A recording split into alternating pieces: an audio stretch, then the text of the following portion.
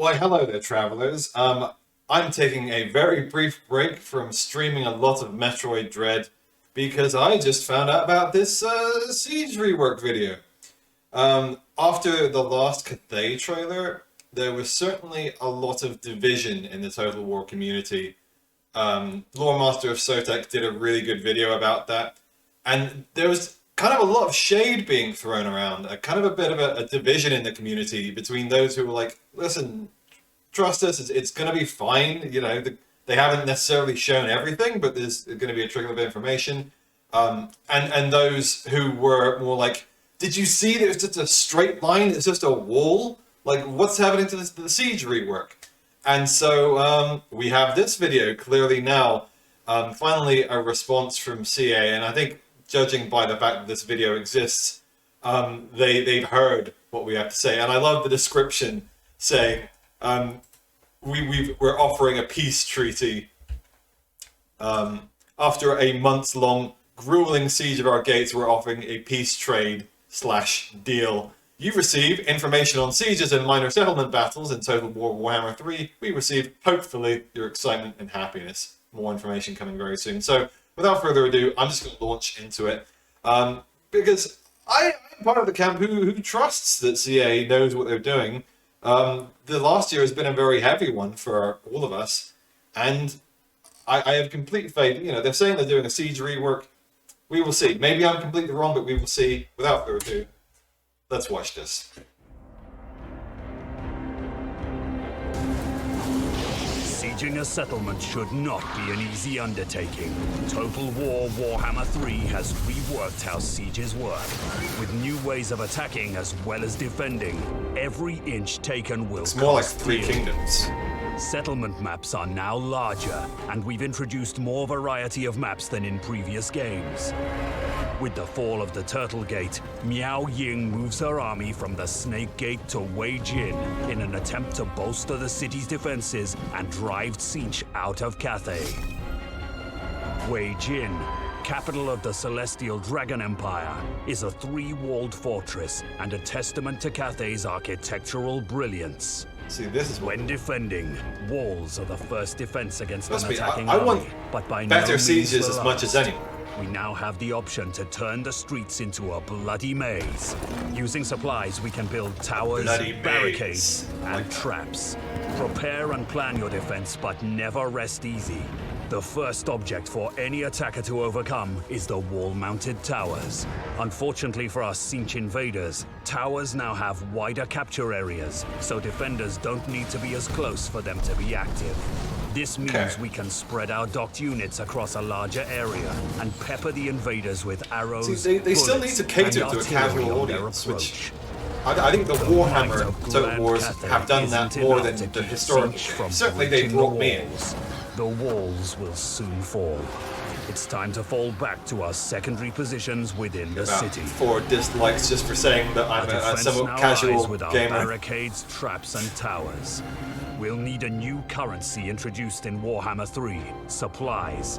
We'll start the defense unit with cards a base are number of supplies and can pretty gain pretty. more during combat by holding locations around the settlement. Minor supply, key building, and victory points.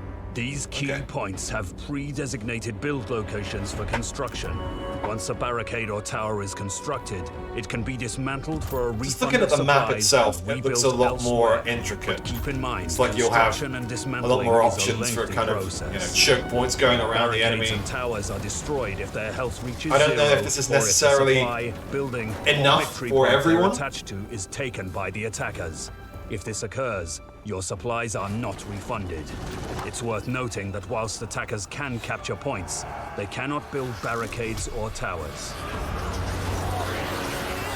Rather than a messy brawl in the streets, Warhammer 3's sieges are about defenders controlling the flow of There are battle, some people who just using a never settlement's gonna be happy, architecture to you know. plan and execute layered fallbacks A lot of and hard gamers are points kinda like where that. they can chip away at an attacker's forces. To this end, settlements have become multi-leveled with bridges and upper tiers that cross over streets, Now that giving is good. ranged units more opportunities to shine.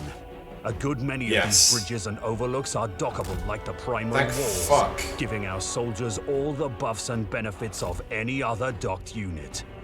Okay. In Sieges, both the attacker and defender's role are tactically more challenging and more rewarding. Settlements in Warhammer 3 have been designed with more open areas and strategic avenues to hide troops in. The avenues are the perfect ambush spot, making flanking and devastating charges a more viable tactical strategy. In overview, Warhammer 3's sieges offer a diverse array of fresh settlements to overcome and protect. They allow defenders to prepare for a new kind of battle occurring after the attackers have taken the primary walls. They add a new currency to manage and spend on fortifying defensive fallback positions with barricades, towers, and traps which are used to further repel invaders. They allow for a multi-layered experience where units can be docked to overlooks and walls within the settlement itself, and encourages real-time reorganizing of defenses to adapt to an ever-changing battle. All of these features, coupled with dynamic new settlement designs, make for challenging and satisfying sieges packed with highs, lows, and phenomenal visuals. Wei Jin has fallen. They're really trying to sell it. The forces of Siege will struggle to reach the celestial city above. The Dragon Emperor is safe for now. Even so, his daughter has barely managed to escape with her life. Maybe we won't see the Dragon Emperor himself as a lord. Yeah, so I'm curious what the comments are saying. Let's just have a look down here. Long overdue, as the siege has been pitiful. Got to say, this looks quite interesting. Let's hope the AI will manage these new sieges and not do too much dumb stuff. Yeah, that's something we've learned from a lot of video games. The intricacy of a design of a strategy game is only as good as how well the AI will utilize it. Like, look at the Civ games and how they added extra expansions, or, you know, Civ likes. They're great, like Endless Legend. Great game. Endless Space 2. Not so good, because as they've added all of these expansions, the AI don't always necessarily take advantage of them. So it feels like you're doing all of these extra things, taking all these extra steps, and it's like it's kind of pointless at the end when you can just use cheese. Yeah, a lot of people saying the same things. Larger maps, multiple victory conditions, barricades and other internal structures, multiple levels, and generally more room to move and strategize. Great comment, summarizes it up better than I have been able to do so, but yeah, good stuff. Good stuff. Are you going to make mega sieges for all the old map locations as well? I think that's that's asking a lot for this game. I think that's not going to happen for the release of Warhammer 3, let's be real. Of course not. But hopefully they will take the same approach to reworking previous locations as they have done with the faction mechanics of Total Warhammer 2. Now, I already expect they're going to have to redo a lot of the faction mechanics from 2 into 3. There's still races that haven't received much love, like the Warriors of Chaos.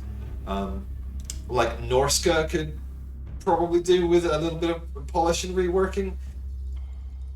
So I think it's very unlikely that they'll get around to reworking all of the old world and all of the new world, you know, all of the center and west of the map. But I think they can do a lot of key locations. If they can just do, you know, a few key locations, that can help. But I think, you know, at most we're going to get maybe like 35% of that done over the course of the development of Total Warhammer 3. But that also depends on how long the support goes on. We've already seen that, like, the amount of stuff people want for this game, the amount of DLC and the demand there has been, I expect them to keep supporting this game for some time. People have talked a lot about wanting Nippon. Personally, for me, I would love to see the statement of Koresh. All kinds of little races, all kinds of little characters people would love to see, and characters from the factions we've seen already in Warhammer 1 and 2. Loads of fan favorites. Fucking Toddy would be great. I'm still waiting for him to be, you know, a Christmas gift or something. But I don't know, that might be asking a lot. It all really depends let's be real, how much money is this going to keep making CA? So yeah, more comments about that. So seeing Demons of Siege not using magic or their claws to scale the walls with just regular wooden ladders. Yeah, I know that's something a lot of people wanted to see, is more than just ladders to scale the walls. I haven't played really many of the historical Total War games, so I perhaps wasn't there for the glory days of some of these people, and I regret that. I regret that that my main experience has been through Total Warhammer. I'm not going to call it Total War Warhammer. I never will. Wasn't expecting much from the rework, but this looks amazing. I don't know if it's fair to say that you shouldn't expect much from the rework. Like, the amount of work they've done on reworking the factions, like, come on. Give them some credit. But, to be fair, the sieges haven't been great thus far for, like, 2 whole games. So, I could understand some skepticism on some level, but come on. I think a lot of people honestly just don't realize perhaps how much work game dev takes. A lot of gamers, you know, haven't done game development themselves, and when you're on a project this huge, so many working parts, it's a lot of work. You got to plan ahead of time on so many levels. You know, there can be a slight sense of entitlement, particularly from passionate fans. And there seems to be a direct response to that. The fact that it's subject to change makes me even more excited. Well, I don't expect much is going to change. They always say that. But, you know, race-specific ladders could help.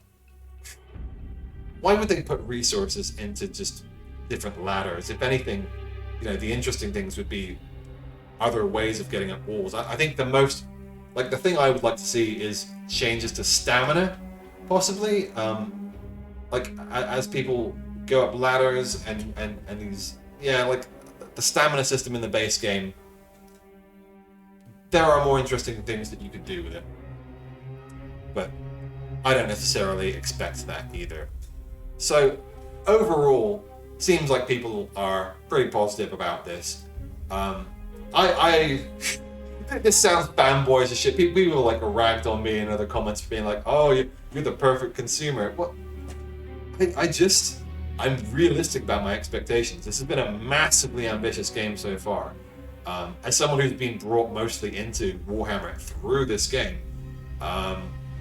you know, maybe I don't have as many demands as the fans who've come from the tabletop, and I understand that. You know, it's something that you've loved since you were a kid. Personally, I never had I collected high elves as a kid, but I never had the space in my house to collect them, nor the money. So Total War has been my affordable way of getting into the series and being able to enjoy these and getting on the memes and the Dawn of War games. And, like, the orcs, everyone loves the orcs. Like, all of my Warhammer friends have always gone on about, you know, red goes faster and stuff like that, and the way that orcish magic works. And it's tales like that. It's tales like that that bring you into the franchise. And I've just really been enjoying my time with the game. And I know I'll be streaming it with my friend Don Hayes, Jack, when the game comes out. So I hope to see some of you joining me there. Until then, I will be finishing this video now and getting back to streaming more Metroid Dread, because I'm taking a short time out of that to look at this and respond to this, but all my focus is on Dread right now. So, you know, if you're interested in that as well, do check out my videos. I got some clips there as well if you don't fancy watching, you know, hour-long videos. I know that most people don't fancy that. But other than that, this was just, you know, quick little response here. I'm not a massive YouTuber. I'm not a massive, you know, Total War guy like Sotak, who just knows everything. He's a guy whose videos I will be watching, and other YouTubers like Italian Spartacus. So this is just my little contribution and my little opinions. I am merely here. So anyway, thanks for watching, and have yourself a great rest of your day.